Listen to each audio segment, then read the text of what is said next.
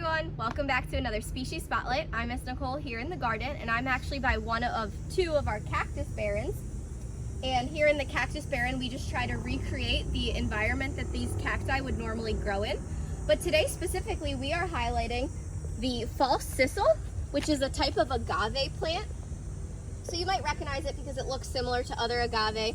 And this plant is actually endemic to South Florida, meaning that it only is from this area. It has a limited area to grow naturally, but it has been spread by humans because it is a very aesthetically pleasing plant. So people have used it in their landscape, and that's what's made it spread.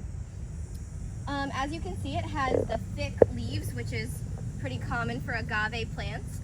But unlike aloe plants, which is different from agave, but people often confuse this with aloe, there's none of that gel stuff inside of here. So it's just like this thick waxy leaf. You can see that it grows in a rosette arrangement, so that's a circular arrangement. And surprisingly, these plants can actually grow 8 feet, and then they can be 15 feet with a flower. So that one's a lot bigger than this one, but they're very, very slow growers. And I said that they can be 15 feet with their flower cluster, but their flowers only bloom once in their entire lifetime. So it's actually very rare that you would even see any of the flowers.